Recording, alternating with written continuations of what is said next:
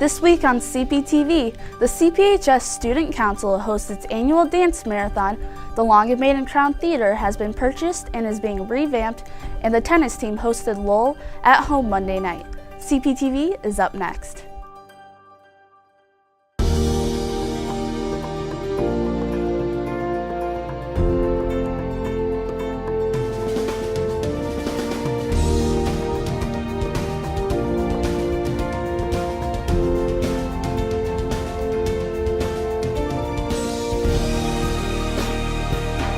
Last Friday, the football team got another good weather this morning.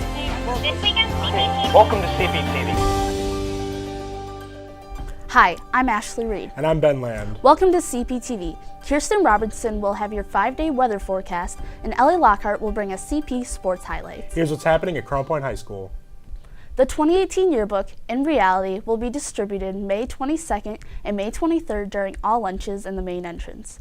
Extra yearbooks will be sold for $80 while supplies last. After a few years of planning multiple designs, the City of Crown Point broke ground last week for the new off-the-square park, now named Bulldog Park, to benefit the citizens of Crown Point. Here's CPTV's Evan Holland with more. This past Wednesday, the City of Crown Point broke ground on this 2.5-acre lot that previously belonged to the Crown Point Community School Corporation. This area once served as the bus lot and will now be converted into a recreation and event center that, according to Mayor David Uran, will have something for everybody. The new park, named Bulldog Park, will be located right off the square at the intersection of West Street and 231. The park will feature a 2-story event center, splash pads, an amphitheater or band shell, and even an Olympic-sized ice rink. The ice rink will be in a controlled atmosphere and will even provide the Crown Point Bulldog Hockey Club with a home rink to train and compete. The park was also designed with the goal of moving festivals and other activities that close downtown streets off of the square. By reducing the footprint these activities have on the square, the city hopes to reduce traffic problems created from the various festivals. I think it's a good idea because it'll still bring people to Crown Point but won't crowd the square. Putting this park will kind of bring everyone more together and give everyone a place to go. I'm so looking forward to the car shows and the bands and everything else going on in Crown Point, so I love it. The festivals hosted on the square will be moved to Bulldog Park beginning this year, and the ice rink is expected to be completed by December 2018. For CPTV, I'm Evan Holland. The annual end-of-the-year C-Notes raffles winners will be announced at our next show. If you participated in a sport, club, or activity during the school year or received a C-Note by a teacher or staff member for something you did, then you're in the raffle. The more C-Notes you earned over the year, the more chances you have to win anywhere from a $50 to a $300 gift card. Tune into our next show to find out if you won. Last Friday, Student Council hosted their annual dance marathon to benefit Lurie's Children's Hospital of Chicago. The event took place in the cafeteria and the field house, with a few hundred students participating to raise nearly $12,000. The money here is for Children's Network Hospitals. We're raising money for kids who can't dance, and that's why we're here. We're here to dance for kids who can. So I've been doing dance marathons since freshman year, and it's a really great event to do with all my friends and get together and have fun. And it's a kind of a finale to the 2017-2018 school year and Student Council, and that's a lot of fun. I think dance marathon turned out, really good this year. Everyone's here having fun. A better outcome is always what we're looking for, but I think today, we had everybody come out who wanted to, so it's a great experience to have, and next year everybody should come to dance marathons for the kids. After multiple recent rants on Twitter, rapper Kanye West has created more drama surrounding himself and President Donald Trump. Here's CPTV's Armando Bracco with more. Kanye West recently went on TMZ and made some comments about slavery that has sparked a bit of outrage throughout the nation. I think that Kanye making these statements, I think that it could have an impact on certain people, but overall it shouldn't have that big of an impact. I think people getting outraged about his statements is pretty stupid because he can have an opinion on something. I disagree with Kanye's opinions on slavery being a choice because they were forced out of their countries and they were forced to work in America in the worst conditions. I disagree with Kanye's comments about slavery. I do not believe it was a choice. I believe that the hardships that they faced were forced upon them. It's not a choice. People were taken from Africa in that one trade system. I forgot the name, but it was in the Triangle. And they were sold here. That's not a choice. You get taken from your home. The fact that he said it maybe shows a statement about his IQ or something like that. Kanye's comments on slavery have sparked many different opinions from people across the nation. For CPTV, I'm Armando Bracco. CPHS Student Council hosted their annual therapy dog session in the community room last Friday to help students relax during AP testing. Roughly 10 dogs specialized and trained in stress relief were brought to the school by volunteers to participate in the school day-long event. I wanted to come here because I feel like it's a really cool opportunity just to see the dogs and de-stress from all your upcoming tests and finals coming up soon. It's really cool just to see all these different types of dogs that change throughout the day, and it's just really fun. I think when you get too stressed, you should do something else, and do something else like other than the thing that's stressing you out, like even just going for a 5-minute walk, or like I have 2 cats at home and I just kind of pet them for like a while. The therapy dogs have been coming to Crown Point for 2 years now, but Therapy Dogs International has been around for like a really long time, and that's the group that comes in and helps us out at Crown Point. And the reason that we brought them in is because it's just really, AP tests are really stressful, and it's just really nice to like pet dogs when kids are stressed out. So. After the closing of both the Crown Point Community Theater and the Star Plaza, many people were left wondering if we were slowly losing our performing arts community here in the region. However, last week it was announced at Mayor Dave Uran's press conference that former Star Plaza employee Brad Strom has purchased the Crown Theater and has some big plans in the works. I worked at the Radisson Star Plaza, held multiple titles over there, but the theater was always my passion. Love music, love concerts, love the arts and all that. So I ran with that and worked over there at the Star, did thousands of shows and had a lot of fun. You're going to see the outside's going to be a crazy difference compared to what it is behind us right now. It's going to bring back a lot of the old brick that was there years ago. And we're going to make sure that when you turn onto here that you're going to know that this is the biggest place around here, and we're going to make sure to back that up. Yeah, I like it. I wish they'd revamp it back into a theater again, but I think it's a good idea. I hate to see the building, anything happen to it, so I like it.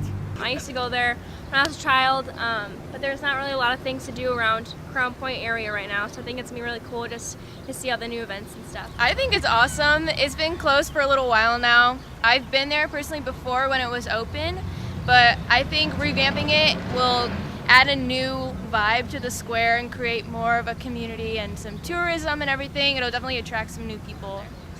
This past Friday, the Stray Dogs Improv Group had their 10th anniversary spring show. The show featured a number of improv scenes, stand-up comedy, and musical parodies. All proceeds helped to fund the Indiana Youth Improv Initiative. The Columbia Scholastic Press Association announced its top awards for the scholastic publications at the CSPA 94th Annual Convention. The Crown Awards honor the top student publication chosen by the CSPA's members and are selected to overall excellence in the head-to-head comparison. Crown Point's own Inklings is one of the 49 high school newspapers honored as a Crown publication. The 2017-2018 school year is coming to an end, and that means that the band, choir, and orchestra will be hosting their end-of-the-year concerts. The choir will be hosting their Spring Sing May 16th and 17th, both at 6:30 p.m., which will feature school choirs, after-school groups, and senior solos. The band will host their All-City concert May 21st at 6 p.m., and the orchestra will be hosting their All-City concerts May 23rd and 24th, both at 6 p.m. Well, some nice weather has finally come into the region over the last couple weeks, making us all forget how a month ago it seemed as if winter would never end. Will the usual Indiana weather maker return, or is summer here to stay? Here with your weather forecast is CPTV's Pearson Robinson. With the weather warming up and snow out of your forecast for a while, it seems like this long winter is finally coming to an end and spring is here. But before we get into the long-range forecast, let's have a look at how the weather will be for the rest of the day. It looks like temps will be around 76 by noon with mostly cloudy skies, and by 3 we can expect that temperature to drop to 69 with rain coming into the area and persisting through the evening. Temperatures will continue to drop, eventually hitting 56 degrees. For your 5-day forecast, tomorrow temps will be similar to today with the high of 59 and partly sunny skies. And on Friday we can expect it to cool down just a little bit with the high at 63 degrees and a chance of rain to close out the school week. Over the weekend, it'll warm back up and look a lot like this past weekend with mostly cloudy skies and a high near 58. And on Sunday, we can expect rain showers throughout the day with the high at 58. We'll return to school on Monday with temps in the upper 60s and cloudy skies. And that's your 5-day forecast. Have a great week. Because of all the cancellations, it seems like every spring sport has been busy every day making up games, meets, and matches. Here with CP Sports Highlights is Ellie Lockhart. Crown Point softball took on Hamilton Southeastern on Saturday. The Dogs and the Royals kept putting up zeros on the scoreboard until the 10th inning when Kennedy Morgan scored to give the Royals a 1-0 advantage. The Bulldogs could not answer and lost 1-0. Freshman Maddie Young went 8 innings, allowing only 2 hits and no runs. The Bulldogs then had to turn around and battle Boone Grove. The Wolves scored early, taking a 1-0 lead, but the Crown Point Bats finally came alive, scoring 11 unanswered runs, taking an 11-1 win in just 5 innings. Senior Lydia Bird led the team with 3 RBIs, and freshman Maddie Ellish also dominated, going all 5 innings, allowing 2 hits and striking out 7. The Dogs are 17-4 and will head out to Valpo tonight for a DAC matchup against the Vikings. Monday night, the girls' tennis team hosted the Lowell Red Devils at home. Carly Sopchik got the first win for the Dogs with a swift win of 6-0.